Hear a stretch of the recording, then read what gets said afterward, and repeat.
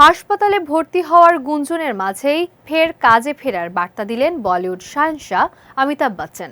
সম্প্রতি সামাজিক যোগাযোগ মাধ্যমে ছড়িয়ে পড়ে শারীরিক অসুস্থতার কারণে তিনি মুম্বাইয়ের একটি হাসপাতালে ভর্তি হয়েছেন। তবে সব জল্পনা উড়িয়ে দিয়ে শুটিং সেট থেকেই নতুন ছবি প্রকাশ করেছেন এই কিংবদন্তি অভিনেতা। নিজের ব্যক্তিগত ব্লগে কয়েকটি ছবি পোস্ট করে অমিতাভ লেখেন, কাজ কাজ এবং অনেক কাজ, কথার চেয়ে কাজই বেশি গুরুত্বপূর্ণ। তিনি আরও বলেন, কাজই মানুষকে আত্মমর্যাদা ও পরিপূর্ণতার পথে এগিয়ে নেয়।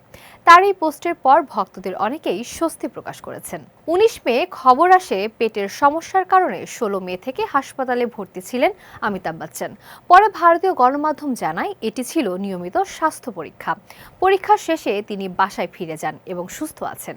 এর আগের দিনও ভক্তদের উদ্দেশ্যে এক রহস্যময় কবিতা পোস্ট করেছিলেন অমিতাভ বচ্চন।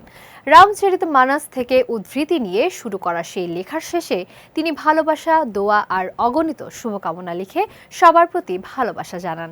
কাজের দিক থেকেও ব্যস্ত সময় পার করছেন অমিতাভ। সবশেষ তাকে দেখা গেছে ভেট্টাইয়ান সিনেমায়। বর্তমানে তিনি কাজ করছেন কালকি 2898 এডি সিনেমার সিকুয়েলে। এছাড়া রামায়ণ পার্ট 1 সিনেমাতেও গুরুত্বপূর্ণ চরিত্রে দেখা যেতে পারে তাকে।